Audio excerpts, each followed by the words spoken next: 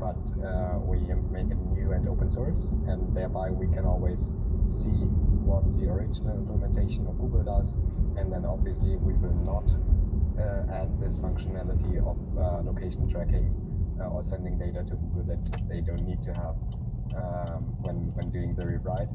And because it's also completely open source, everyone can just see what exactly is to send, and that's what MicroD provides, and how we make sure of course we cannot ensure that there's never something sent to Google, because some of the features provided by Google Play services by nature require that data is sent to Google, but we minimize it to the extent possible, and also that by making it open source, also make it very transparent what is actually being sent to Google. Yeah, because I don't think a lot of people are aware that even though the Android open source project is an open source operating system, that there are a lot of components that Google puts into the stock Android that most people get on their phones that is necessary for so many applications to function. So you don't need to use Android with Google's additional proprietary software, but if you don't, your banking applications won't work, Uber and Lyft don't work, stuff, certain food ordering applications won't work. There's a lot that just fundamentally breaks if you don't have that in there. Now, from that snapshot of the Google location uploaded, again, it includes the timestamp along with the degree of confidence that you're walking or in a car or public transport. And I think a lot of people think that that's creepy, that Google doesn't need to know whether you're walking or on a bike or a car at specific times of the day. So what does MicroG do specifically to defend against that type of data collection? Like, for instance, if a user were to use Google Maps with location services turned on when they have MicroG on the device versus stock, Samsung S20 that I get from Samsung. Okay, so when you have Google Maps, so that's already probably not the best example, because you're running Google Maps, so Google will definitely learn something about your location. If you have navigation on, then they will learn where you want to go and where you're driving and so on. So that's by nature of the application Google Maps, and it's to some degree something they need to know, because they want to display on the map where you are. So they need to know where you are, of course. And besides that, there shouldn't be anything sent to Google when using MicroD, because so for all this location information reporting and this kind of what activity you're doing, all of this is part of Play services, and which is provided through a service called Location Reporting API, which, or as you can guess, already does what it does. The name says, right? So, and then MicroG, we just do not provide this service.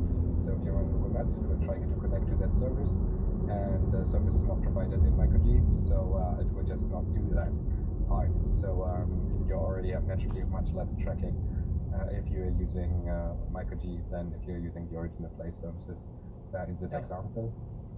Even though Google still can obviously get your location, and if you're signing into Google Maps, and it will still be connected to your Google account or Google profile, just because they have it from the Google Maps, but it's less data at least. Yeah, like one of the insidious things is even if you're not using Google Maps, that location data is still being recorded. So if I'm using, let's say, a device that has MicroG instead of Google Play services and everything else running on it, and I use organic maps, this is not going to be getting reported to Google the same way it would be on a stock Samsung S20.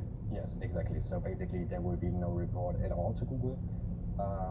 When you do use something that's called network-based location, which is the ability of your phone to locate you not based on GPS, but based on Wi-Fi, cell towers, and other information, then MicroG will use a third-party service to resolve that location information if you choose to do so. And you can also select which third-party service you want to use. So there's basically a community repository of modules where you can just select which source you want to use, like Mozilla, which is a database. You can also use the database of Apple, which is, of course, it's still one of the big companies, but their database is much more open and less tracking, so you do not have to give them any identifier when requesting data from there.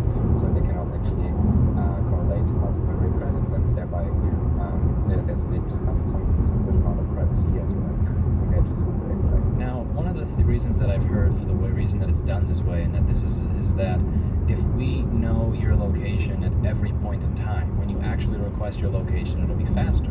And I did try on a device with micro G using location services for a mapping app, and it was surprisingly fast. It found my location very fast. I didn't try it, right next to a device that used stock Android to A/B test it. But is there really a serious performance hit to this approach, where you're only getting location data when the user asks for it versus trying to constantly track it all the time?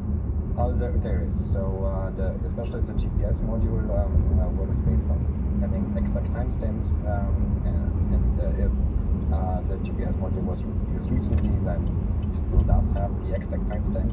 It can know where exactly satellites are and in which frequencies they are sending and stuff like that. So GPS is much faster if it was turned on recently. For network-based location, it doesn't make any difference at all. And also, if you have network-based location, that information can already be fed into the GPS module, so that the GPS module has an idea of where it is, which will also speed up the GPS the location fixing a lot. So that's already possible also with MicroG, the same way it's possible with services.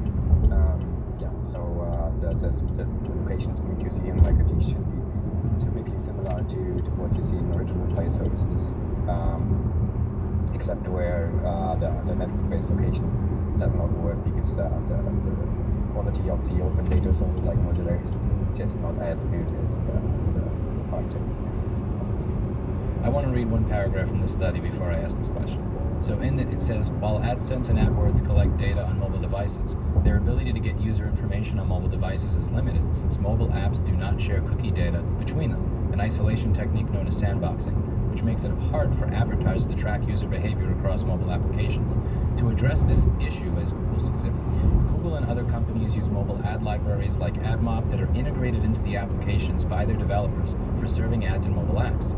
These libraries compile and run with the apps data that is specific to the app to which they belong, including GPS locations, device make, device model, when apps have the appropriate permissions.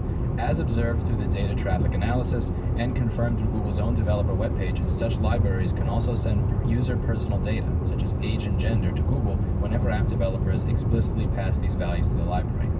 So there are examples of Google sending information data, such as a Google advertising ID for targeted mobile ads, Google account, serial number, IMEI, in order to fingerprint them and associate data collected by advertising software with their actual identity.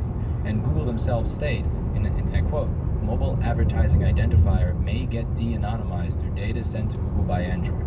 So I see with MicroG, you can indeed log into a Google account to use an application like YouTube or YouTube Studio and have it work.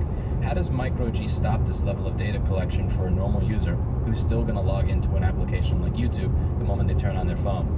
Okay, so basically when you sign into a Google account and you give an application like YouTube basically allow it to use your Google account, then obviously the data can anything you do inside the YouTube app or while the YouTube app is running will be basically linked to your Google account, and that also so if you have different applications using the Google account, that can work as well. The other thing that you mentioned, the Google advertising ID,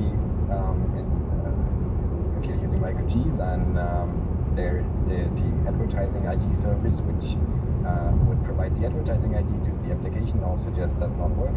So in that case, applications that were purely based on the Google advertisement ID would just have no way to track you across applications.